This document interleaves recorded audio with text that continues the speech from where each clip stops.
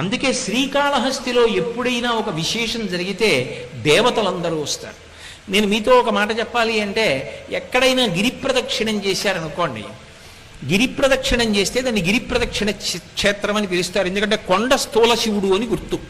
కొండ స్థూల శివుడుగా ఉన్నాడని ప్రమాణం ఉంటేనే గిరి ప్రదక్షిణం, అంతేగాని కొండకి దారి ఉందని చేయకూడదు.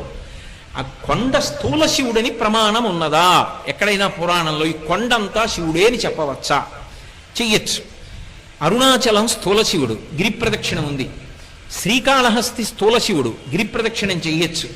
కోటప్పకొండ త్రికూటం, 3 శిఖరములతో ఉంటుంది. బ్రహ్మశిఖరం, విష్ణు శిఖరం, రుద్రశిఖరం, 3 కాబట్టి ప్రదక్షిణం చెయ్యొచ్చు.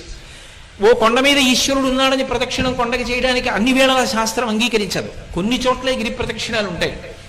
అన్ని చోట్ల గిరి ప్రదక్షిణం ఎందుకు చేస్తారంటే గిరిని శివస్వరూపంగా ప్రదక్షిణం